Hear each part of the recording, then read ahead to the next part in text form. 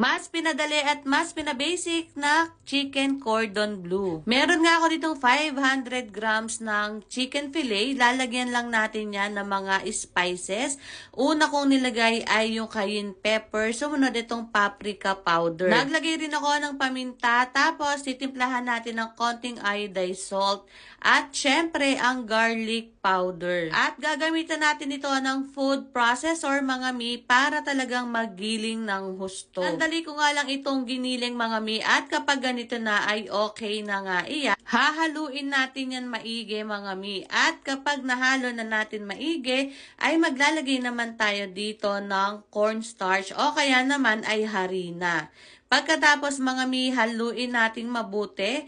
Naglagay ako ng CDO sweet ham. I-mekos-mekos na nga natin yan mga mi para mag-spread yung mga ham at hindi maipon lang sa isang side. At kapag okay na, ibibilog lang natin yan. Tapos lalagyan natin ng keso sa gitna. Any brand ng cheese is okay lang. Pero ako kasi ayokong gumamit ng quick melt cheese. Pag nabilog na lahat mga mi, ay iro-roll na natin ito sa harina, itlog at syempre sa breadcrumbs. At ito na nga no, ni-roll ko na siya una sa harina. Sumunod mga mi, igaganyan nyo siya para ma-maintain yung pagkabilog niya.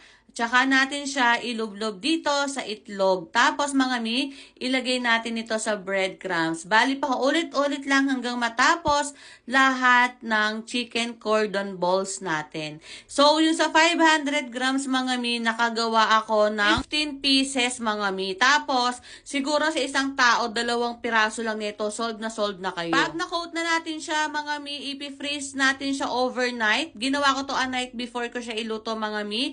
And ito siya kinaumagahan. Labas nyo siya 2 hours before nyo siya iluto mga mi para tunaw yung iyelo. Pagkatapos ipiprito na natin siya mga mi at mabilis lang to ha kasi nga na-ground na or giniling naman na yung manok natin so hindi na siya matagal iluto. Maganda rin mga mi kapag ka-deep fry yung ating chicken cordon balls para naman hindi na siya ganun kahirap iluto. Habang nakasalang gawin natin ang creamy garlic sauce, nagtunaw lang ako ng butter, naglagay ng konting harina, tapos kailangan mga mi ay tunaw yung harina natin. Tapos maliit na pouch lang ng cream, kahit anong brand ay pwede, at maglagay rin tayo ng konting tubig. Tapos pampalasa ang garlic powder, paminta at syempre iodized salt. Konti lang mga mi ha. Haluin natin maigi mga mi. Tapos naglagay rin ako dyan ng parsley. Paglagay ng parsley mga mi, haluin ng konti at aantayin na natin lumapot itong